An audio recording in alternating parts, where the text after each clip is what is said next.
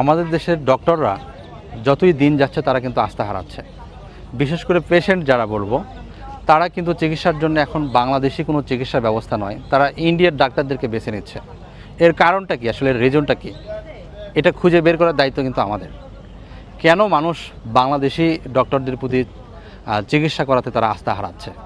আমি কিছুদিন আগে ফেসবুকে দেখলাম যে শত শত লোক একজন ডাক্তারের জন্য অপেক্ষা করছে, কিন্তু পক্ষান্তরে ডাক্তার তার চেম্বারে বসে উনি ভিডিও গেমসে ব্যস্ত ছিলেন।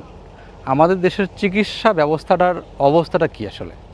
আমরা আসলে যাচ্ছি কোথায়? বিশেষ করে সাধারণ মানুষের অবস্থাটা কি? বিশেষ করে যারা খেটে খাওয়া মানুষ। আমাদের বাংলাদেশে যে জিনিসটা দেখি, যে একজন পেশেন্ট যদি একটা হসপিটালে যায়, বিশেষ করে বেসরকারি কোনো হসপিটালে যায়, তাদেরকে অনেক বেশি পরিমাণে টেস্ট দেওয়া হয়। এত বেশি পরিমাণে টেস্ট দেওয়া হয় যে 8টা 10টা করে যদি টেস্ট দেওয়া হয়, তাহলে সেই পেশেন্ট যাদের দিনে নুন আনতে পান্তা ফুরায়, তারা আসলে ট্রিটমেন্টটা করবে কিভাবে, চিকিৎসাটা করবে কিভাবে? ম্যাক্সিমাম পেশেন্টকেই দেখি এখন তারা ইন্ডিয়ামুখী হচ্ছে। বাংলাদেশের ডাক্তাররা কী খায় আর ইন্ডিয়ার ডাক্তাররা কী খায়? ম্যাক্সিমাম লোকেরাই বাংলাদেশে ডক্টররা যেখানে চিকিৎসা করতে ব্যর্থ হচ্ছে, ইন্ডিয়ায় যে তারা কিন্তু ভালো চিকিৎসা পাচ্ছে, ভালো টেক কেয়ার করছে এবং স্বল্প খরচে স্বল্প ব্যয়ে তারা চিকিৎসা করে আসতে পারছে।